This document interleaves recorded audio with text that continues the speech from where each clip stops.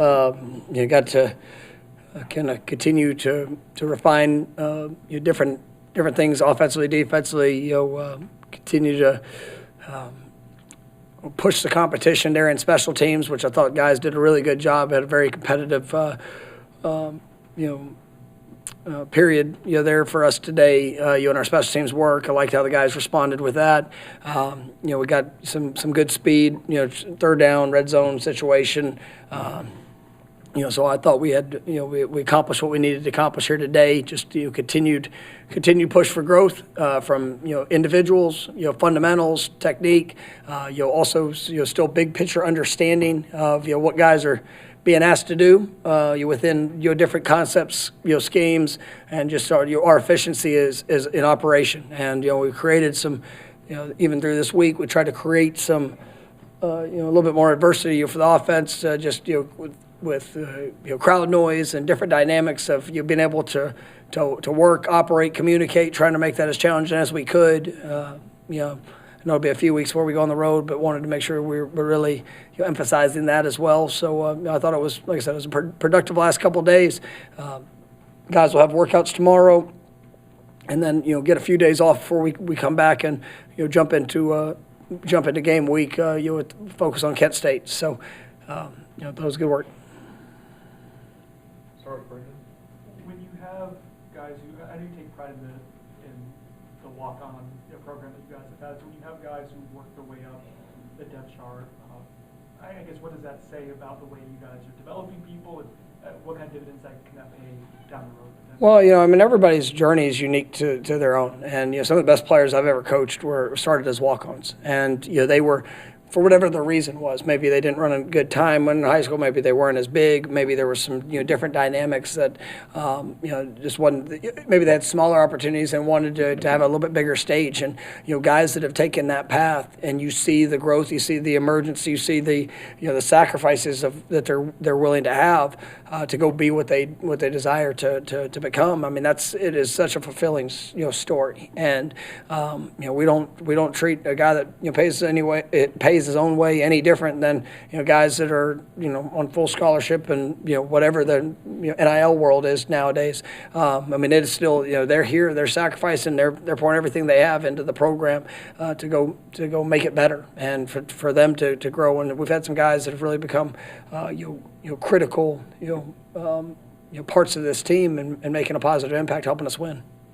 With regards to punt returns, what have you thought of what you guys have done through 2 games, and how much are you looking at possibly other people there? No, we had a penalty on Squirrel, had a 45-yard return. That Jalen had a big 20-plus yard return. In the last game, we've, in all reality, in the first 2 games we faced some challenges. Just we've had some really short punts where guys, you obviously want to field every ball, but in the first game we had a guy that comes in, averaging, I guess he was 47 yards at his previous school, and it didn't hit the ball very well and was short, and we had mistake communication, decision making, just where we were. But I thought in the last game we got a couple opportunities, we're able to do some positive things, but there's also a couple 20-yard hits, and it's just hard to be able to get to some of those, based off of what we're expecting. So I've been pleased, with the opportunity that Squirrel and Jalen both got in the last game. Had some success in that, and we're going to continue to grow with that group, and obviously have a couple other guys that we think got a chance to potentially help us there. Did you got the younger offensive lineman in that game Saturday? Do you come away feeling a little bit better about your options depth-wise, or was it about what you expected? Yeah, it's good to see, and I know I mentioned yesterday, it's good to see younger players or guys that maybe haven't got as many reps, just to see them go put positive things on film in the game, and that's where you can have a good practice, you can show some positive progression, but to be able to see it on game day definitely helps that. And then where do they go from here? And every day you get a chance to come out and compete, and you'll build upon what you've done. And I think that's that's necessary for those guys to grow and emerge and build the confidence in the coaching staff of what they can do and what it would look like. So I was pleased with it, but want to see more progression. We'll come back to Brendan. To get Jake Rizzi in his first action since return from injury and work at multiple spots in the game, I guess what did you see from him there, and then to have someone you trust at multiple spots? Yeah, I mean, he's, like I said, I mean, he's a guy that, I think I said it last week, I mean, I view as a guy that can go in and, play at a very high level. And, to have his first game action, did some good things. There's still, some elements that, he's working to improve upon, just in cleaning up a few things, but really pleased with what he brings to this team, not just as a player, but I mean, he is a guy that's a leader within that offensive line group, and his versatility that, I mean, if something happens to really any of the five, I mean, he can go, be able to put us in a position to play at a high level. And so, I mean, he's continuing to grow in his confidence, and excited about what's ahead for him this year. Was wondering if you had any update on Ethan. Yeah, I mean, nothing more than still he's progressing, but it's still a critical still in a critical state. And so but got to go see him on Monday for a short while, and talked to his dad this morning before practice, and I've been just staying up multiple times a day, just trying to stay connected, and just continuing to pray for him. Peter? Were you aware that there was a arrest that made this morning, or did you just find this out? We're grateful for all the work that's been done, with everybody involved, with the medical staff, with the police department, in their pursuit, and we're grateful for all things that have been done, in regards to helping with the situation with Ethan. Ira? I think as media and fans, as we watch the college football landscape and some of the results early this season, maybe teams are not what we expected on both sides. Do you guys have to monitor that, like looking at your schedule later in the year? Are you guys already noticing the teams maybe not exactly what you thought, or is that not how you guys look at it? Yeah, I mean, for us, I mean, we'll it's like even this week, we utilize bye weeks to be able to take a look at advanced opponents, but it's really more just, are there things that we want to take advantage of this week in being able to look at, to grow from, to maybe set a foundation. But there's so much that happens throughout the course of a year.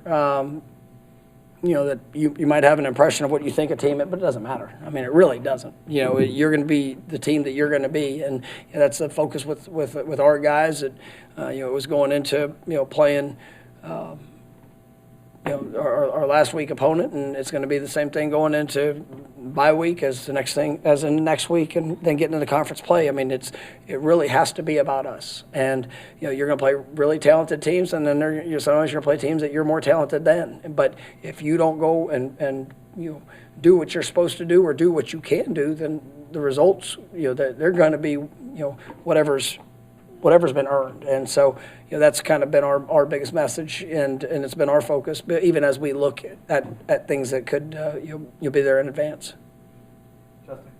I was just going to ask, is there anything that you continue to do to support Ethan and his family? I know you guys wore the wristbands this past weekend, but I just don't know if there's anything else. Yeah, we're here with them, for them, and it's there's some there's a lot of layers in just the things that him and his family are just having to go through, and so just being as supportive as we can. I know that there's been a fundraising opportunity for the family to be able to continue to support, and I know that there's been a lot of people that have helped with that. Even I think some of our players and obviously organization staff, all of that. So just continuing to help and be able to fill the gap and need as much as we can. All right, last one, Ira. I just want to follow up on that topic I asked you about. Do you think this is the new reality in terms of, like, obviously you guys went through it the last few years, highs and lows.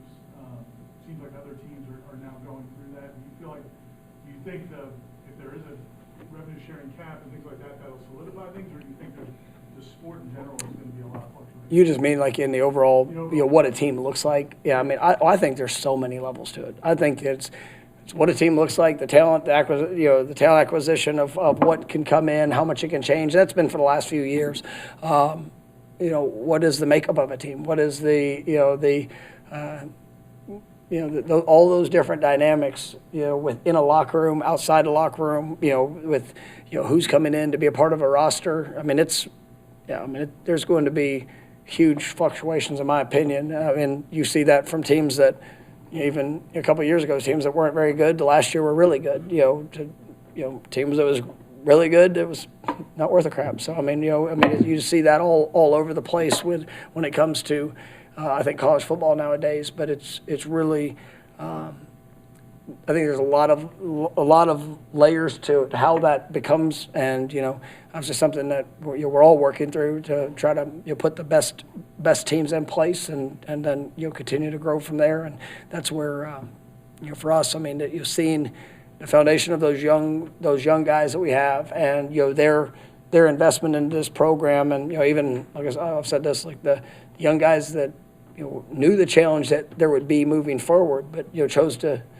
say yes. And there's plenty of outside influences that are trying to tell them they need to go do something a little easier, or might be in a little bit better place at that time. But they said yes, and they put in the work, and I'm excited to see where that's going to go. And then you find the complementary you guys that can come in and help elevate the program and continue to move from there. All right, thank you, Coach. Thank you, guys.